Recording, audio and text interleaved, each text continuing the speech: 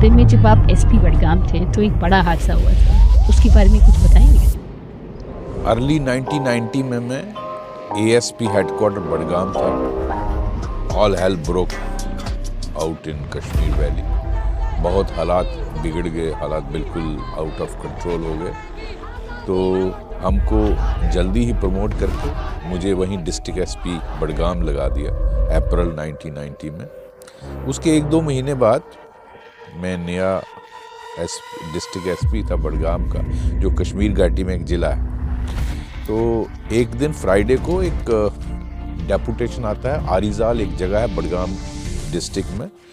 तो deputation Friday को जब मुझे मिलता है दफ्तर में, तो उनका ये कंप्लेन था कि सर आप वहाँ हमारे इलाके में, आरिजाल एक रिमोट एरिया है पहाड़ के फुट हिल्स में, तो आपने एडमिनिस्ट्रेशन ने हमें टेररिस्टों के हवाले कर दिया है। वहाँ बहुत सारे टेररिस्ट हैं, लेकिन ना कोई ऑफिसर आता है, कोई हमको विजिट, हमारे इलाके की प्रॉब्लम सुनने के लिए कोई आता नहीं है। डिप्टी कमिश्नर साहब नहीं, आप नहीं, कोई नहीं आ पा रहा। हालात बहुत ख़राब थे उस वक्त। तो मैंने कहा कोई बात नहीं, हम मंडे को आएंगे।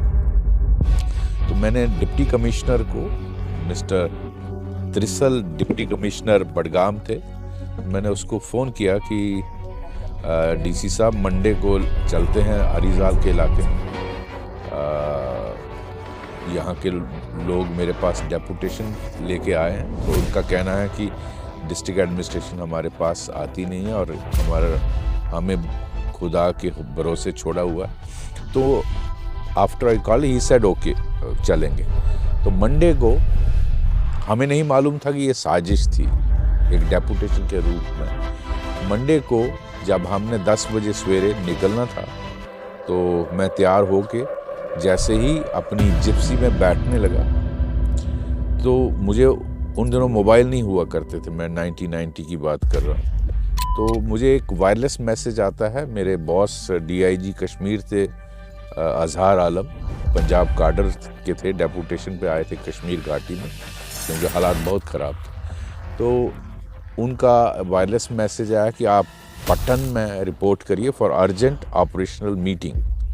तो पटन बारामूला डिस्ट्रिक्ट में पड़ता, मेरे डिस्ट्रिक्ट में नहीं पड़ता था बडगाम में। तो मैंने वहीं से डीसी को मैसेज दिया, त्रिसल साहब को, कि मैं नहीं जा पाऊँगा, मुझे पटन जाना है मीटिंग के लिए, तो आप भी रहने दीजिए, अकेले मत जाइए।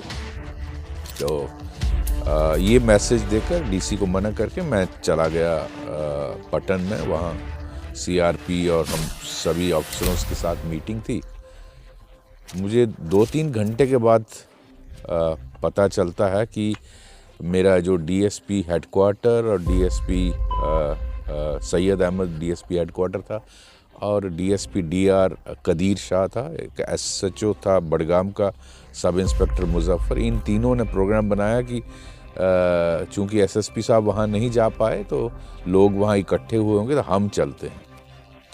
तो उन्होंने मुझे बताया नहीं, वो चले गए एक गाड़ी 2 लेकर, और वहाँ ट्रैप था। This was a trap. वहाँ जब वो पहुँचे तो एक पहाड़ी पे, उन दिनों जेकेएलएफ मेन टेरर आउटफिट था, मैं अर्ली 90s की बात कर रहा हूँ, तो वहाँ कोई 10-15 टेररिस्ट हाइट पे बैठे हुए थे, ये सोच के कि डीसीएसपी को आज मार देंगे, डीएन त्रिसल और एसपी वैद दोनों को आज मार देंगे। देखिए डेस्टिनी कैसे प्ले करती है। जब ये ऑफिसर्स गए तो इन पर उन्होंने ये सोच के कि डीसीएसपी को आज हम मार रहे हैं, उन्होंने इन दोनों गाड़ियों पर हमला किया, और उसमें जो डीएसपी कदीर शाह था उसको सर पे वर्स्ट आया हुआ है, ही डाइड ऑन स्पॉट, उसके ब्रेन निकल गया। और जो सैयद अहमद शहीद था, उसको टांगों में गोलियां लगी, और जो सब इंस्पेक्टर एसएचओ बडगाम था मुजफ्फर, उसको भी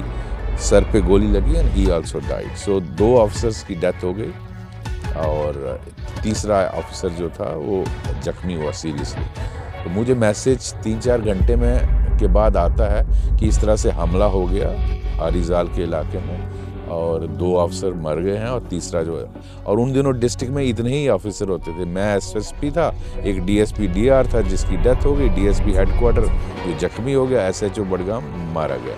सो मुझे लगा कि डिस्ट्रिक्ट ही खाली होगा, मैं वहाँ से रश किया, वापस आया, कोशिश की जो जख्मी था उसको बचाने की, और ये एक ऐसी ट्रैप था जो हमको बाद में पता चला किस तरह से लोगों को टेररिस्ट इस्तेमाल करते थे।